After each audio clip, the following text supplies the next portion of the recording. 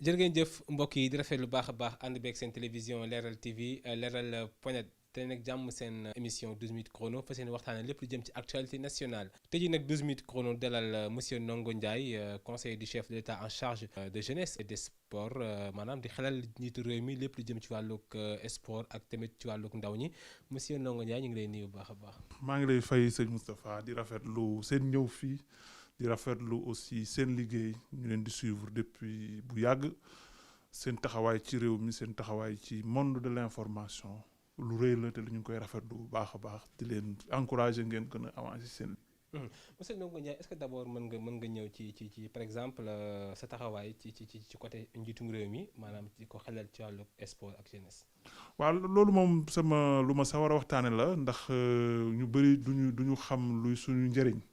dañuy foog ne dañuy xëy rek solu toog foofu waaye président dépp décision bu muy jël am na lu nekk ci ginnaaw loo xam ne lu ñuy waxtaane la loo xam ne ay professionnels ñoo ci nekk liggéey ko te loolu nag humblement ci ñooñu laa bokk ñi nga xam ne dañuy liggéey ci dossier di xelal njiitu réew mi di waxtaan ak moom ci bala muy jël décision wala liy xew ci réew mi wala di analyser situation yu bari ci ku ne ci fànn bi mu la dénk nga ci analyser situation yi di ko wax ci loolu di ko ci xelal di ko ci fàttali di ko jox information yi terewul nag da ngay koy def avec humilité parce que da ngay xam ne du yow dong yaa koy wax parce que ñun ki ngay xelal koo xam ne moo la ëpp information quelquefois moo la gën a xam peut-être même secteur bi nga nekk ndax dina ci am yeneen source yoo xam ne doo ko am loolu lépp day tax nga war di def li ngay def ak humilité ak compréhension léeg-léeg nga wax ko nangam mu def safaan ba parce que lam ci xamoo ko loolu lépp lu jar a suuraale la. est-ce que am na décision bi nga xamante ne président jël na ko mu sukkandiku ci sa xel bi nga koy xelal. waaw loolu moom bari na lool sax bari na lool maa ngi sant yàlla di wax ne président may na ma xel man te loolu gëm naa ko waaye nag du sama cër may wax loo xam ne man maa ko wax mu def ko li mu def ci lu baax lépp daal xelam la lu mu def ca safaan ba rek nangu naa ñu teg ma ko man noonu laay fonctionner c'est donc xam naa ne am naa ci ab cër ci péncam cër boobu nag dama koy jël avec humilité du ma wax mukk ne lu baax li maa tax mu def ko waaye nag li nga xam ni am na mooy ne lépp lu ma gis la safaan ba am ca aussi dinaa nangoo jël responsabilité boobu ne peut-être maa juumoon ci sama xel bi ma ko koy wax. monsieur Ndiaye d'abord ñu gis par exemple li nga xamante ni moo di politique chef de l'État ci par rapport ak sport ak jeunesse mais ñu gis ni par exemple ci régime Macky Sall ñaari secteurs yooyu mais dañoo xaw un peu tasaaroo d'abord sa conception ci li ni mel. waaw d'abord loolu ci ndono yi li nga xam ne liñ fi fekk la ci kii bi ñu continuer ko mais nag bon. Jugement bi ma ci am personnellement mooy jàpp naa ne lu war a mën a ànd la parce que boo xoolee ci taarix réew yu bëri daan nañ def ay ministère de la jeunesse ak des forces armées ngir dooleel jeunes yi ba ñu mën a défendre réew mi ñi def ministère de la jeunesse et de l'environnement ñi def ministère de la jeunesse ak de l'éducation ñi def ministère de la jeunesse et de la formation professionnelle maanaam loolu dañuy orienter jeunes yi dañuy thématiser la politique de jeunesse te loolu je pense que c'est très important aujourd'hui fii au Sénégal li ma xalaat man personnellement moo tax ma jàpp ne d'abord les inspecteurs de la jeunesse et des sports ñoo ànd benn lañ moo tax ma gëm ni ñoo bokk benn lañ on a des inspecteurs de la jeunesse et des sports ñoo bokk école bu ñu formé ñoo bokk c'est des inspecteurs de la jeunesse et des sports deuxièmement sport aussi c'est pas une fin en soi c'est-à-dire que dañ ko war a utiliser ngir leneen aujourd'hui mooy principal moyen bi nga xam ne moom la ñu war a utiliser pour que boo waxee jeunes yi dégg la c'est-à-dire que mooy moyen de communication la war a doon boo nee sport et jeunesse parce que jeunes yi boo leen bëggoon a lancer un message le meilleur moyen de leur lancer un message mooy nga def ko par le biais du sport donc je pense que su fekkoon ne dellu si waatoon nañ tamit lu idée bu rafet lay doon man nag bon je peux pas dire que wax naa ci lii wala wax naa ci lii mais li ma gëm daal mooy ne lu war a mën a ànd la yaa ngi ciy dox yaa ngi ciy def ay waaw jéego mën ngir naa am tamit defe naa aussi tamit maa ngi ciy def ay jéego te loolu suñ ma ci dégloo tamit man sama xalaat moo ne jeunesse ak sport ñoo war a mën a ànd parce que jeunesse rek mën na wéet parce que mën na am ay problème d'orientation aujourd'hui ñu bëri dañuy yaakaar dañuy jaxase dañuy jaawale politique jeunesse ak politique emploi dañuy teg sax ministre de la jeunesse yenn jafe-jafe yoo xam ne moom mënu ko régler ku toog am jeune bu toog amul liggéey rek daal ne ministre de la jeunesse defu fi dara parce que tout simplement xale bi amul liggéey c'est pas le rôle d'un ministre de la jeunesse un ministre de la jeunesse il y a une politique de jeunesse mooy nu ñuy def ba former jeunes yi aujourd'hui citoyenneté par exemple loolu lu ñu war a rafetlu ci li président Macky Sall yokk ci ministère de la jeunesse mooy ne yokk construction citoyenne wane ni jeunesse bi dañ ko orienter vers une construction citoyenne mooy jeunes yi tey li ñu leen di sant mooy. tamit wàllu liggéey tamit da ciy bokk waaw mais liggéey économie moo koy créer loolu lu ñor jeunes yi la jeunes yi mënoo wax jeune boo gis la ko gën a ñor mooy nu muy def ba amum xëy nu muy def ba dimbale ay waajuram mais damay bañ ñu jox rôle kenn koo xam ne moomu ko rôle création d'emploi koom-koomu réew mi mooy créer ay emploi pour jeunes yi ak pour ñeneen loolu nag malheureusement ci wàllu politique am na ñu ko bari ñu ko defee neneen ba mu joxe weneen yoon waaye man ni ma ko gisee mooy jeunesse dañ ko war a renforcer d'abord davantage dolli ko ay pexe mais wan ko aw yoon wi nga xam ne noonu lay def ngir dimbali réew mi. est-ce que jàpp ni par exemple tas bi ñu tas ñaari secteurs yi c'est pour un peu par exemple valoriser li nga xam politique de la jeunesse mu am seen département boppam. non xam nga quelquefois département boppam quelquefois dañuy yaakaar ne nit boo ko beree da nga koy valoriser moi je pense que donner une orientation claire à la jeunesse. Je vois des pays où c'est pertinent de faire même orientation une jeunesse ministère de l'environnement et de la jeunesse. Tu dis que nous orientons la jeunesse vers l'environnement. Ministère des sports et de la jeunesse. Nga xam ne da ngay utiliser sport pour véhiculer les messages à la jeunesse. Ça c'est des thèmes qu'on peut exploiter. Ça veut pas dire que ce qu'on fait là n'est pas ce qu'il faut faire. Dama wax sama xalaat rek mais li ma jàpp daal mooy ne la formule ministère de la jeunesse et des sports est une très bonne formule parce que ñi nga xam ne ñoo ŋànk ministère bi muy techniciens yi ñoo bokk fu ñu leen formé ña ne ministère de la jeunesse ñoo ne ministère des sports c'est les mêmes inspecteurs donc loolu lépp war nañ ko mën boole un jour pour rationaliser ensuite orienter davantage. De façon générale donc noo gisee ni nga xam ne mooy politique gu président par rapport ak jeunesse. par rapport ak li ma gis mooy lu mu gëm la te lu mu xam la te lu mu comprendre la le président de la République xam na ni. liy doxal réew mi ci gone yi lay ndax ñoo fi ëpp te loolu wane na ko ci lépp lu muy def te lu ko ñor la créé na fi lu bari ci mbir ngir dooleel jeunes yi ngir dooleel leen ñu amum liggéey amum xëy am formation bu baax am orientation bu baax ba nga xam ne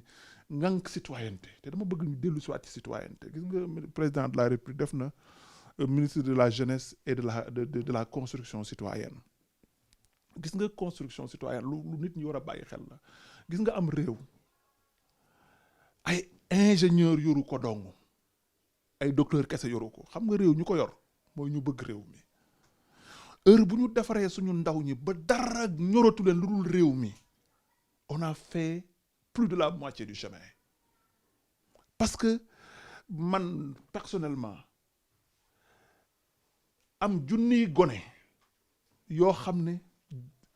du ñuy ingénieur du ñuy mënuñoo dem Mars mënuñoo dem Jupiter mais terewul heure boo waxee réew mi ñu daanu leer ñooñu ñoo ma gënal ma am junniy ingénieur yoo xam ne mën nañoo dem vers Mars vers Jupiter ba ñëwaat mais réew mi ñoru leen pour man il faut insister sur la construction citoyenne ça doit être loolu moo war a nekk li nga xam ne mooy li lépp loo gis réew yi nga gis yépp ñu raw ñu wala ñu raw réew yi c'est que dañoo dem ba nga xam ni boo demee aux États-Unis mais les jeunes ne comprennent boo leen laajee feneen ñu bëri dañ naan non les étudiants américains jànguñu parce que non dañ leen jàngal ne leen lépp seen réew la America first boo demee Chine boo demee feneen ñoom seeni jeunes ñi ngi totalement au service de leur pays loolu nag ñun dañ ko war a doxee waxee ko aujourd'hui notre formation système d'éducation sax pour man dañ ko waroon a tasaat defaraat ko ba nga xam ne li ëpp ci njàngale mi bëgg réew mi lay doon buñ ko defee réew mi dox parce que man li ma gëm mooy ne pétrole baax na gaz baax na waaye bëgg réew mi ko gën bëgg réew mi nag nun koy defee mooy lu ñuy def ci àdduna ñu jàngale ci gisale ci bëgg réew mi man loolu laa gëm ne mooy le principal aspect bi nga xam ne ci lañ war a insister loolu nag président def na ci ay jéego yu mag des na lu bari nag lu ñu war a def ñun ñëpp ñu war koo def ànd kook moom def ko ci kër yi def ko ci mbedd mi def ko ci école yi def ko ci école de formation yi parce que réew dañ koy bëgg boo ko bëggee di nga trouver ay pexe yoo ci kii bi koo gis muy génn ci mbedd rek jël dara sànni ci mbedd mi c'est parce que am na lu des ci moom loolu nag formation bu ñu la ko defee ba nga xam ne réew mi da nga koy jaawaleeg sa kër di ko jaawaleeg sa néeg ba ngay tëdd bu boobaa danañ xam ne réew mi. est-ce que par exemple jotul wàllu citoyenneté bi nga wax par exemple ñu gën ko yaatal gën ko fexe médiatiser ko rek bu ko defee ñëpp gis seen bopp. daal ñu xool dama ne la tout il faut c'est du tout les médias yi tey am na lu bari loo xam ne état bi daf ko war a jëflanteeg ñoom. pour que ñoom aussi la moitié de leur service ñu gaare ko ñu virer ko vers la construction citoyenne école bi programme bi tey su ma sañoon série yëpp de série S A série littéraire série lu mën a doon ñu fexe ba série yëpp la matière dominante matière ba nga xam ne moo fay jiitu boo ko amul doo am bac boo ko mënul doo am BFEM boo ko mënul doo am entrée en sixième mooy construction citoyenne mu nekk loo xam ne lu mag lay doon lu mat lay doon ci réew mi man loolu laa gëm ne mooy liy doxal réew mi. mu mel ni tamit tàbbi ci beneen aspect par exemple wàllu mbas mi mën nañu wax juróom benn weer Sénégal dund li nga xamante ni moo di jàngoro Covid 19 d'abord ñu gis ni jeunes yi nekk ci benn maillon bu essentiel par rapport ak xeex bu ñuy xeex jàngoro ji ndaxte ay ndaw lañu donc yéen par exemple yéen ban politique ngeen dégager pour un peu tàbbi ci xeex bu ñuy xeex wàllu jàngoro ji. pour man président lancé na ko barki démb rek. dolliwaat gën ko lancé gën a ci fàttali jeunes yi que réew mi jeunes yi ñoo fi ëpp 65% réew mi lépp ay ndaw lañ ndaw yi ñoo ëpp lu ñuy am feebar bi maanaam feebar bi ñoom la gën a néew lu muy gaañ waaye ñoo ëpp ci ñoom lu mu leen di dal ñoom aussi kon ñoo ëpp luñ koy wàlla donc ndaw ñi bu ñu fexe woon ba tey barrage yu ndaw ñi ñu def ko ndaw ñëpp jël conscience dafa dóor si benn xalaa doo fi jaar nga xam ne ndaw ñëpp loolu la ñu waxandoo ne xalaa doo fi jaar kon bu boobaa feebar bi dina am 65% du travail on l'aurait fait ko defee nag mag ñi ñu téye leen ci kër yi mu nekk 100% parce que mag ñi ak ndaw ñee fi ne boo tëjoon ndaw ñi fexe ba mag ñi toog ci kër yi rek liggéey bi mat te loolu nag conscientisation la laaj yëg ko travailler ci loolu nag président lancé na ko ministre de la jeunesse mi ngi ciy def mi ngi ciy bay waaram lépp association de jeunes yi nawetaan yi ñëpp ñi ngi ci góorgóorlu ku ne yaa ngi ci def la war ba nga xam ne yaakaar naa. mais tamit ni wax nga ko si biir cadre par rapport ak nawetaan tamit dañ ko suspendre tamit mu nekkoon activité bu am solo bu jeunes yi doon tàmm dañ ko suspendre mais aussi je salue ci initiative yu bees yi nga xam ne nawetaan yi jël nañ ko mooy nawetaan Covid mooy nawetaan du football rek.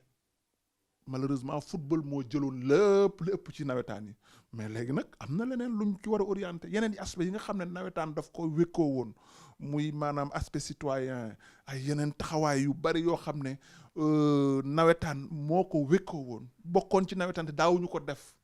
léegi yooyu la ñu war a dooleel mooy sensibilisation équipe bu ne continuer na nga nekk woon di génn di sol say maillot dem football yi ngay continuer di sol say maillot ngir wax di yeesa waa koñ di leen jàppale di leen gunge mag ña nekk ca koñ ba nga xam ne ku ne sa koñ na nga ko doon defee ba muy jéem a gañe ci football nga fexe ba mbas mi gën faa sori loolu mooy rôle bu beesu nawetaani ci état bi ñu toll. 12 minutes chrono tey jii ñu ngi dalal ki nga xamante ni moo di Ndongo Ndiaye nekk conseiller du chef de l'État en charge de la jeunesse et des sports di ko xelal njiitu réew mi lépp lu jëm ci mbirum politique jeunesse ak sport monsieur Ndiaye d'abord ñu gis ni par exemple fan yi d'après li nga xam ne dialogue national bi mais élection locale yi mi ngi ñëw nekk élection yu ñu dëgmal nekk suñu kanam d'abord nit ñi ni ngi wax da nga koy reporter wala ñu ko reporter d'abord sa gis-gis si loolu. man dama ni gis nga dialogue national li ko waral mooy waxtaane réew mi mooy waxtaane lépp lu ñuy def rek mu am ci consensus wala mu am ci au moins waaw consensus quoi le mot c'est bien choisi muy fexe ba nit ñi déggoo ci kàddu loolu mooy li am importance bu fekkee ne dialogue bi génne na ni dañu war a pousser élection yi pour des raisons ci def lépp li ñu war a def parce que tamit dafay élection mu am kii di naan wére naan li waroon nañ ko defal li waruñu ko woon def loolu tamit lu mën a ñàkk la donc li am solo mooy fexe ba élection yi ñu def ko ñëpp résultat bu mën a génn ñëpp mën ci d'accord loolu nag il faut que ñu d'accord ci fànn bi ñu koy doxee jamono bi ñu ko war a doxale ak li ñu war a def avant ñu te loolu nag moo war a nekk consensus bi aujourd'hui si le dialogue dit que dañ ko war a repousser je pense que on le repousse pour mieux s'armer pour que lépp loo xam ne dañ koy def mu nekk am résultat. ñu mel ni tamit wàllu parrainage bi tamit ñu ngi ciy wax ni que par exemple du effectif par rapport ak li nga xamante moo di élection locale. voilà parce que loolu tamit bu xel mi rafet na xam nga parrainage liñ ci jublu lu rafet la. yéene ju rafet la ndax dugg ci mbañ gàcca yor fa ay liste yu dul jeex loolu tamit ku ne xam na ni arrangé wul votant mais nag yéene lu mu rafet nga mën ko def da ci bokk donc bu fekkee ne aussi le dialogue a vu que ni la mise en forme ci yéene yi dafa jafe aussi ñoom ñu joxe suggestion que ñu dindi parrainage bi en attendant de meilleurs moments loolu defe naa ne aussi lu xel mën a nangu la. mu mel ne tamit monsieur Ndiaye ñu tàbbi ci benn fait actualité parce que boo xoolee jamono ji sax sous région bi yëngu woon na demee ni ko Mali amoon na benn crise ba fa amoon sax ba fi mu ne nguur gi daal am na ay coppeekute ñu gis ni d'abord li nga xamante ni tamit moo di question de démocratie ci d'abord pays africain ñu ngi wax ne lancé Alpha Condé tamit mi ngi amaat briguer troisième mandat. ñuy wax ne tamit troisième mandat bi fi mu ne mooy coow li ñee nañu tamit loolu coup d'état lañ ko mën a assimiler daal. man daal li ma ci xam mooy ne ñun très sincèrement ici au Sénégal on a des leçons à prendre de personne ci mbirum démocratie yàgg na fi essayé nañ ko essayé waat ko suñu réew mi su fekkoon ne dama naan ñor na tey ci démocratie on a à rougir devant personne en matière de démocratie ba tax na on ne prend des leçons de personne exemple boo gis feneen mën nga nu ko bañ a indil parce que da nga fa gis leneen loo gis lu gis fii ñoo ngi sant yàlla ci loolu munu yàlla may nag di sant aussi suñu régime yi sant nit ñi sant compréhension nit ñi parce que ici nit ñi dinañ wax dinañ yuuxu dinañ def lu ne c'est parce que aussi on a un pays kii boo xam ne day respecter liberté yi respecter démocratie te lu lépp lu fi am lu leer naññ la loolu nag moo fi am tey te moo fi am ëllëg. jàpp nga ni président Macky Sall du briguer troisième mandat. dama ni waxuma ay briguer dama ne la lépp lu dul yoon du am ci réew mi li yoon ak lu dul yoon nag du man maa koy déterminer lu dul yoon du am ci réew mi donc ay saaga yàkkam tey xew la comme on dit en wolof. jarul lenn aujourd'hui li ñu war a focus li nga xam ne moo war a nekk suñu xalaat tey suba ngoon bëccëg mooy nu ñu def ba président Macky Sall bii nga xam ne daf ko waxante woon ak nit ñi ay ndog nag am ci parce que jafe-jafe am na ci lii am ci réew mi am ci lépp sikkim lakkandoo fu ne fexe ba nu ñuy def ba sauver la face du Sénégal. ba doon sukkandiku ci mandat bi ba ni mandat Covid am na ñu koy wax. non ku ne lu la neex wax xam nga fii Sénégal réew wax la loolu mooy charme Sénégal c'est un pays charmant parce que c'est un pays de parole les gens parlent bien léegi nag loolu ku ne lu la neex wax tu as les libertés mais fii dara loo xam ne méngoowul ak yoonu réew mi président du ko def keneen du ko seetaan donc loolu nañ ci rafet njort xam ne li war a am rek mooy am te loolu amul dara luñ ci mën a pronostiquer leneen lu wees loolu. monsieur Ndiaye tamit ñu gis ni fi mu ne Sénégal mi ngi dëmmal ab xew-xew demee ni ko màggalu Touba ren nag muy am ci contexte bu particulier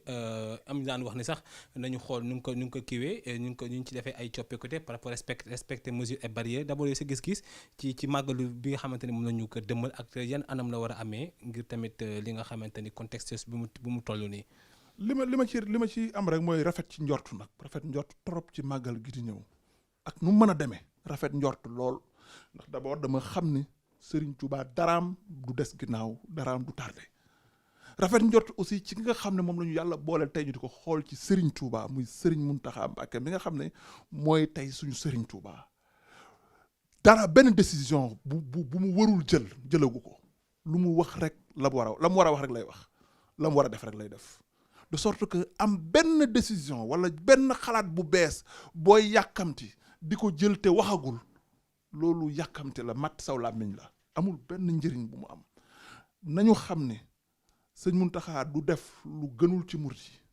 sëñ Mountakha du def lu gënul ci Touba sëñ Mountakha du wax mukk lu gënul ci réew mi ni ko réew mi ñore ni mu ñore ñépp la ko ñore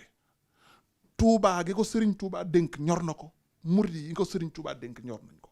ba tax na benn te man am naa confiance totale en lui te nag moom réeréwul ak président de la République ndax ñoo bokk yéene donc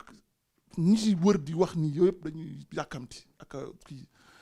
ki bokk ci tarixa bi wërta wax parce que tout simplement tarixa bi am na kilifa ki ci bokkul aussi wërta wax parce que dafa war a xam ni d'abord réew mi am na kilifa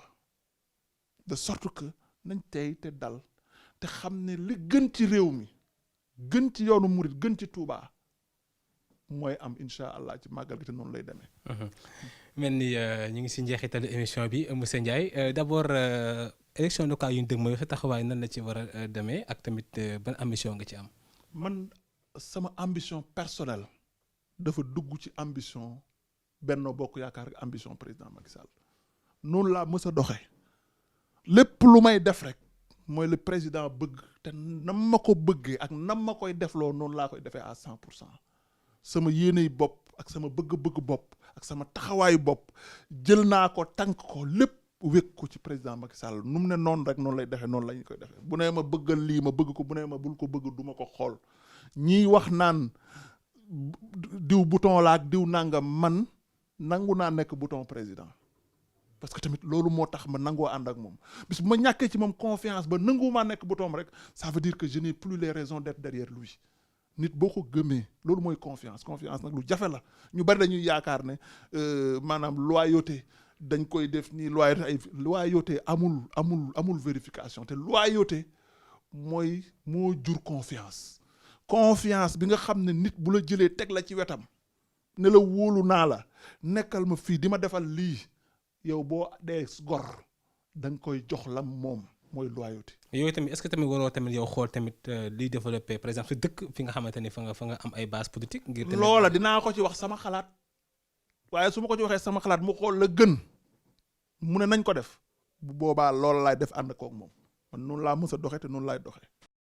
sa kàddu gu mujj rek monsieur Ndiaye. di leen sant encore di leen gërëm di saluer le monde sportif di wax aussi que bu ñu yàkkamti ba parce que sport baax na trop te war nañ koy def personnellement maanaam maa ngi lancer appel nit ñi ñuy def sport pas nag sport de groupement di dajaloo ci kii ak yooyu mais ku ne di tàggat sa bopp parce que sport aussi bu ñu ko dee def day tax feebar yi wàññeeku day tax aussi Covid bi ñu bari du leen mën a faagaagal donc il faut que ñuy continuer def sport mais nag moytu regroupement yi moytu kii di lancer un appel encore ñu respecter si gestes barrières yi respecter loolu parce que feebar baa nga fi jógagu fi te nañ ko fexee faxas ba mu génn fi balaa yàgg te loolu niñ ko mën a defee rek mooy tëj buntu yëpp tëjal ko buntu yëpp ba virus bi du mën a jaar fenn loolu nag maa ngi koy def di ci jiital ndaw ñi di ci jiital ñëpp pour que ñu taxaw ci xeex ci loolu di leen sant bu baax di leen gërëm encore une fois ci seen taxawaay di ñaan yàlla leeral di gën a leeral réew mi di gën a leeral liggéey bi ndax seen li ngeen ci taxawee rafetlu na te ay jeunes rek ñoo fa nekk c'est ça vous êtes une entreprise à saluer parce que ay jeunes ñoo fa nekk di doxal réew mi lii ngeen di def nag mooy doxal réew mi taxaw ci mbedd di wax rek loolu doxalul réew nii ngeen di def mooy doxal réew mi kon yàlla na ngeen continuer di leeral adduna bi di leeral Sénégal di leen sant bu baax di leen gërëm asalaamaaleykum wa rahmatullah. di ko jaajëfal bu baax a baax mu nekkoon monsieur Ndongo Ndiaye nekk conseiller du chef de l'État en charge des sports ak tamit de la jeunesse maanaam moom mooy xelal njiitu réew mi lépp lu jëm ci wàllu politique et sport ak jeunesse seen émission 12 minutes chrono jaajëfal bu baax a baax équipe technique bi nekkoon ci liggéey bi fàllu ci caméraman bi Sagna tamit ci wàllug technique bi di leen jox dig daje incha allah rabi beneen numéro 12 minutes chrono Leral TV Leral.net canal 33 TNT jërë ngeen jëf.